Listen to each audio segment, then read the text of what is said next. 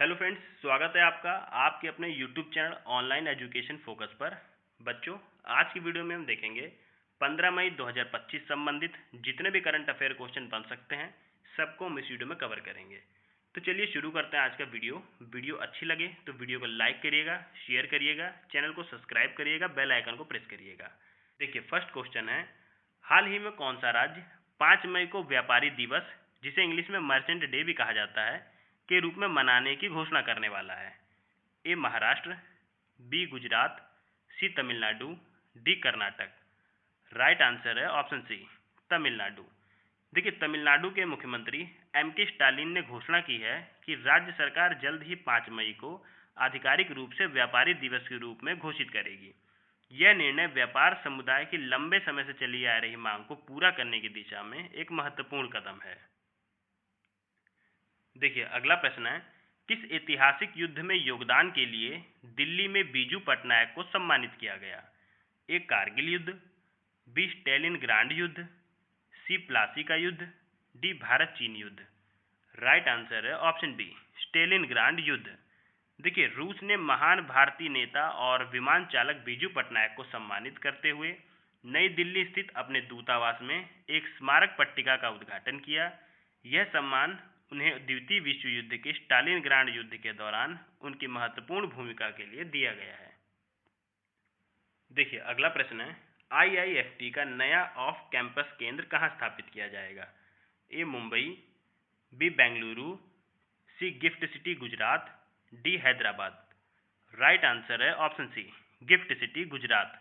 देखिए, भारत में व्यापार शिक्षा प्रणाली को सशक्त बनाने की दिशा में एक महत्वपूर्ण कदम उठाते हुए शिक्षा मंत्रालय ने भारतीय विदेश व्यापार संस्थान, जिसे IIFT कहा जाता है, नई दिल्ली के एक ऑफ कैंपस केंद्र की स्थापना को मंजूरी दे दी है।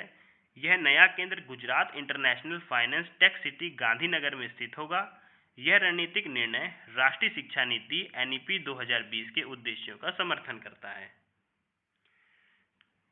देखिए, अगला प्रश्न है, ऑपरेशन सिंदूर किस उद्देश्य से शुरू किया गया था? ए प्राकृतिक आपदा प्रतिक्रिया, बी आतंकी शिविरों पर हमला, सी टीकाकरण अभियान, डी सीमा सुरक्षा परियोजना।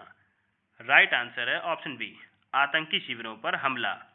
देखिए, यह संयुक्त सैन्य अभियान पहलगाम आतंकी हमले के जवाब में शुरू किया गया था, जिसका उद्देश्य पाकिस्तान और पाकिस्तान अधिकृत कश्मीर POK में गहराई से जमी आतंकी संगठनों की संरचना को ध्वस्त करना था।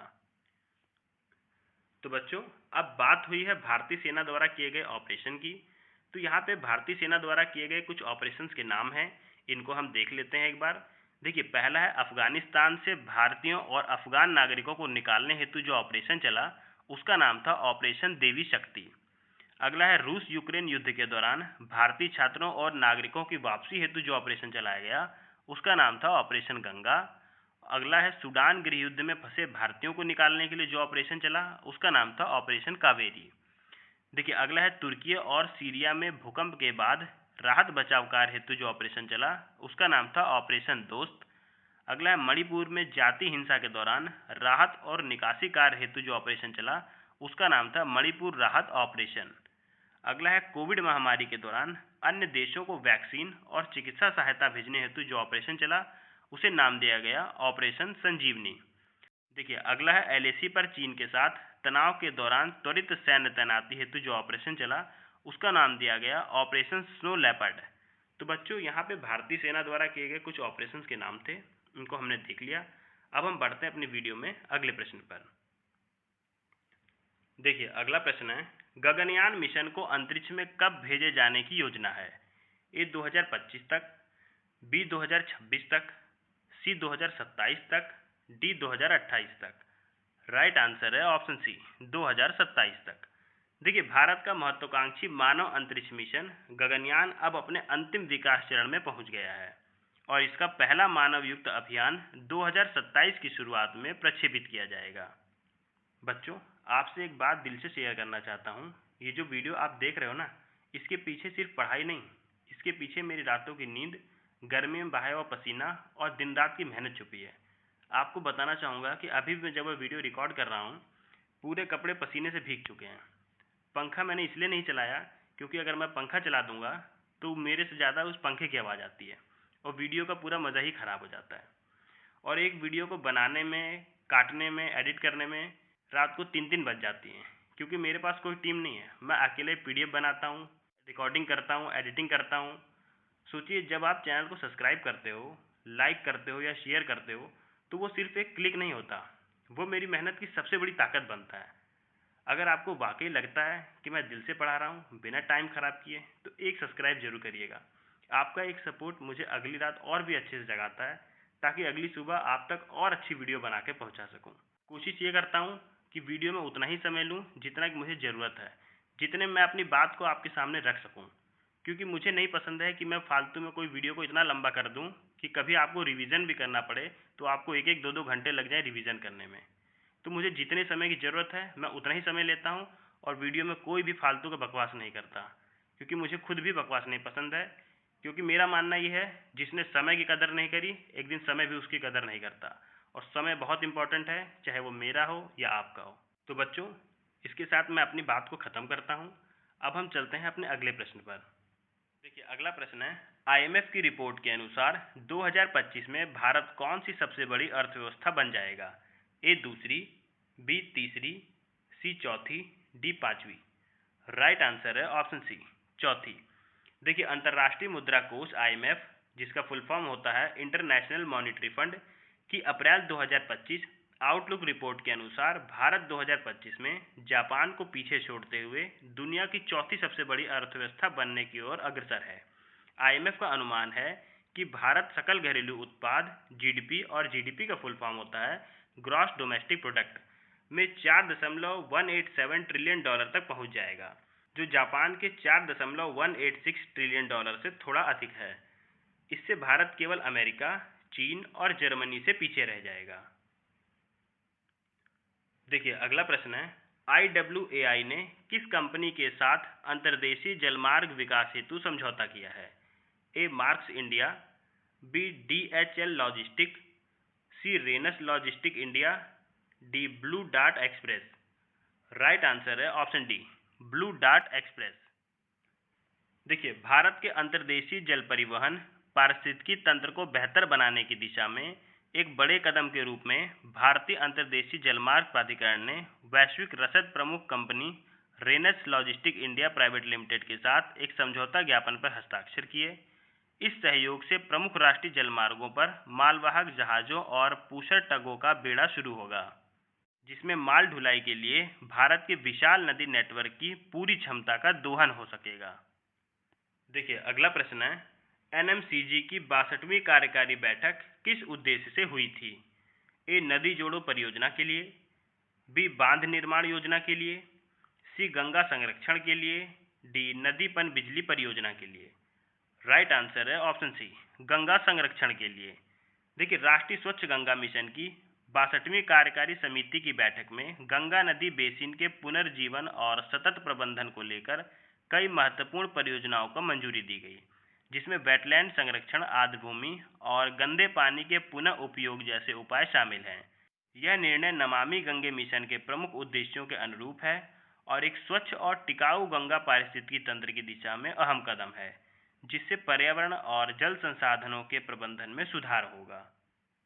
देखिए, अगला प्रश्न है, जापानी बैंक SMBC, और SMBC का फुल फॉर्म है सुमितोमो मित्सुई बैंकिंग कॉरपोरेशन, किस भारतीय बैंक की 51% हिस्सेदारी अधिग्रहण की बातचीत कर रहा है?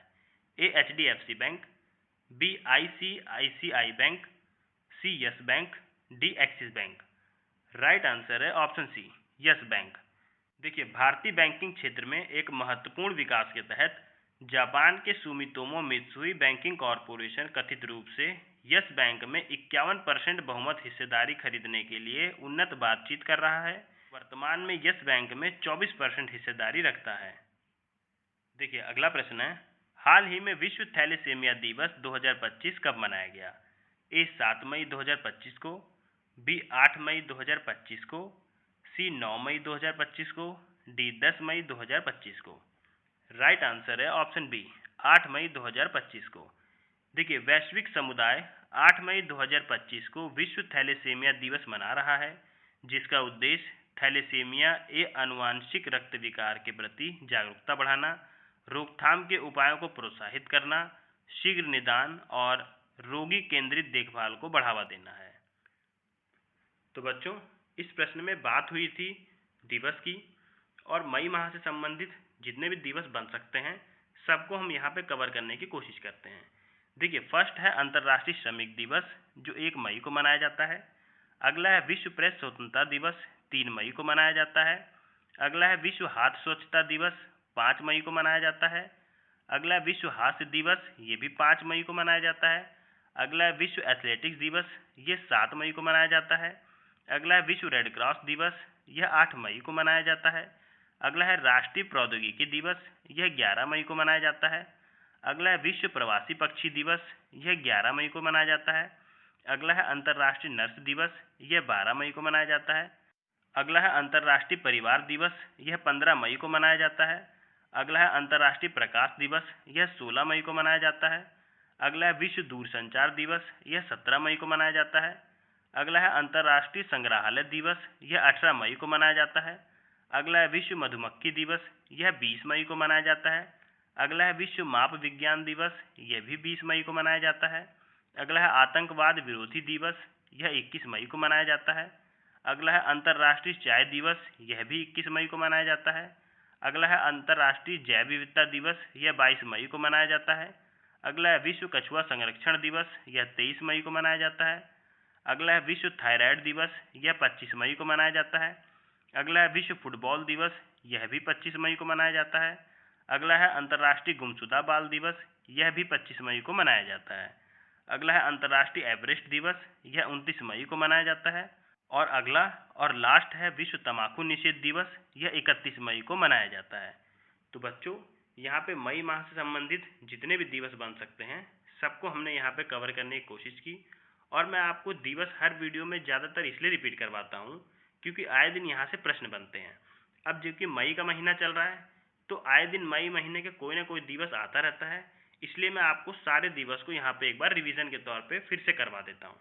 तो बच्चों, यहाँ पे 15 मई 2025 संबंधित जितने भी प्रश्न बनते थे सबको हमने यहाँ पे कवर कर लिया, और यहीं पे हम वीडियो का एंड करते हैं। वीडियो अच्छी लगे तो वीडियो को लाइक करिएगा, शेयर करिएगा, चैनल को सब्सक्राइब करिएगा, बेल आइकन को प्रेस करिएगा, जिससे मेरी आने वाली हर वीडियो का नोटिफिकेशन आपको मिलता रहे। मिलते हैं फिर अगली वीडियो में, तब तक के लिए जय हिंद, जय भारत।